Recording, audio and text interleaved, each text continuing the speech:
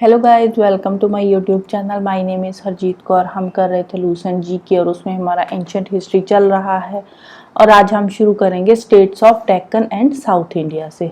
इसमें सबसे पहले आते हैं चालुक्याज ऑफ वातापी, जिनका टाइम पीरियड था 543 से लेकर 755 एडी तक का। वाकाताका पावर के बाद आए थे चालुक्यास। चालुक्यास जो थे उन्होंने अपनी कैपिटल बनाई थी वातापी में। वातापी कहाँ पे पड़ता है? कर्नाटका के बीजापुर डिस्ट्रिक्ट में पड़ता है वातापी। तो यहाँ पे हमने देखा कि जो चालुक्यास थे उसमें पुलाकेशिन II थे। अब पुलाकेशिन II ने देखा कि जो हर्षा थे, हर्षा भी डेक्कन को कॉन्कर करना चाहते थे। अब बट जैसे ही हर्षा डेक्कन की तरफ आए तो पुलाकेशिन II ने हर्षा को हरा दिया और वो हर्षा की लाइफ की पहली हार थी। तो जो पुलाकेशिन II है, इनके बारे में हमें कुछ आईहोल इंस्क्रिप्शंस में इनकी काफी तारीफ सुनने को मिलती है, जो कि लिखी थी इन्हीं के कोर्ट पोएट रवि कीर्ति ने। तो रवि कीर्ति ने आईहोल इंस्क्रिप्शन में पुलाकेशिन II के बारे में काफी अच्छी अच्छी बातें लिखी हुई है।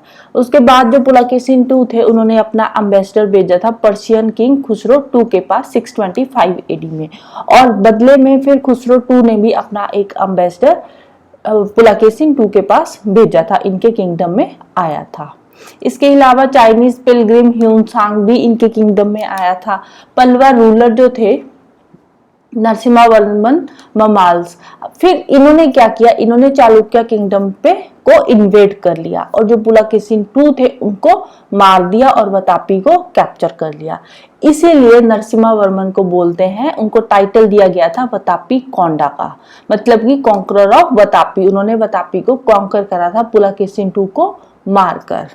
757 एडी में जो चालुक्यास थे, अब देखो पहले पल्लवा रूलर जो थे उन्होंने चालुक्यास को उखाड़ फेंका था और वहां पे अपना कब्जा कर लिया था।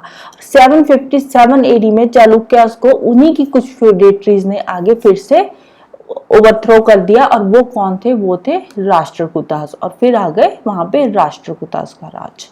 फिर नेक्स्ट बात करते हैं वहां के कुछ टेम्पल स्टाइल्स की। किस टाइप के? उस टाइप के जो टेम्पल्स थे वो थे वसारा स्टाइल, और जिस डेक्कन स्टाइल के टेम्पल्स चालुक्यास के टाइम पे होते थे। उस टाइम पे जो बिल्डिंग स्टाइल था वो बेसिकली वसारा स्टाइल का ही था, जिसको बोलते थे डेक्कन स्टाइल्स। और राष्ट्रकूटास एंड होयसाला तक आते आते ये जो टेम्पल स्टाइल था, डेक्कन स्टाइल, वसारा स्टाइल था, ये बिल्कुल अपनी कल्मिनेशन तक पहुंच चुका था, प्रॉपर्ली डेवलप हो चुका था।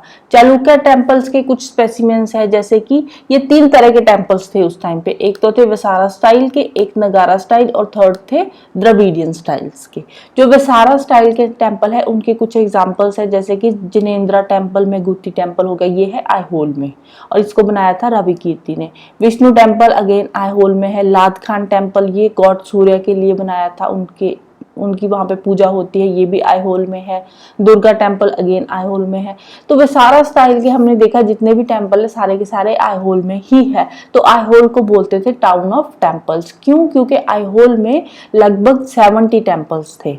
फिर सेकंड आता है नगारा स्टाइल। नगारा स्टाइल की एग्जांपल आती है पापनाथ टेम्पल, जो कि पटदाकल में है। द्रविडियन स्टाइल की एग्जांपल आती है विरूपाक्षा टेम्पल और संगमेश्वरा टेम्पल, ये भी पटदकल में है। फिर नेक्स्ट आता है पल्लवाज ऑफ कांची। इनका टाइम पीरियड था 575 एडी से लेकर 897 एडी तक का। अब पल्लवा के ओरिजिन को लेकर अभी तक कंट्रोवर्सी चल रही है। कुछ भी पक्का नहीं कहा जा सकता कि पल्लवास आए कहाँ थे। अब ये माना जाता है पॉसिबली कि जो पल्लवास थे वो एक लोकल ट्राइब से ही आए थे, किसी लोकल ट्राइब से उठकर आए थे और उसके बाद उन्होंने अपनी अथॉरिटी एस्टेब्लिश करी थी टोडाई मंडलम में। अब जो पल्लवास थे ये ऑर्थोडॉक्स ब्राह्मणिकल हिंदूज थे और उन्होंने अपनी कैपिटल बनाई थी कांची में। जो चालुक्यास और पल्लवास थे ये चाहते थे कि जो कृष्णा और तुंगभद्रा रिवर के बीच वाला एरिया है वहां पे वो अपनी बादशाहत जमा सके, वहां पे वो किंग बन सके। कि कृष्णा और तुंगभद्रा के बीच वाले एरिया को वो कॉन्कर करना चाहते थे और उस पे अपना खुद सुप्रीम होना चाहते थे। जो पल्लवा किंग थे नरसिम्हावर्मन, उन्होंने चालुक्य कैपिटल वातापी को ऑक्यूपाई किया था पुलाकेशिन II को मारकर, और तभी उनको एक टाइटल मिला था वातापी कोंडा का, मतलब कि कॉन्करर ऑफ वातापी, जो हम अभी अभी पढ़ चुके हैं। जो पल्लवास थे, पल्लवास जो इंडियन कल्चर को साउथ ईस्ट एशिया तक स्प्रेड करना चाहते थे और धीरे धीरे उन्होंने इंडिया के कल्चर को साउथ ईस्ट एशिया तक स्प्रेड करा भी था। 18th सेंचुरी एडी तक आते आते जो पल्लवास का इन्फ्लुएंस है वो कंबोडिया में भी देखने को मिलता था। कंबोडिया तक पल्लवास का इन्फ्लुएंस पहुंच चुका था। फिर धीरे धीरे जो पल्लवा टाइप के शिखारास बनते थे, टेम्पल्स में जो शिखारास बनते थे वो हम अगर देखें तो वो जावा, कंबोडिया और अनम के टेम्पल्स में भी देखने को मिलते हैं। तो इन्होंने अपने कल्चर को साउथ ईस्ट एशिया तक स्प्रेड कर दिया था। फिर बात करते हैं पल्लवा आर्ट की। पल्लवा आर्ट जो था वो Dravidian style of temple architecture से शुरू हुआ था। उस टाइम पे जो टेम्पल आर्किटेक्चर था वो था द्रविडियन स्टाइल का।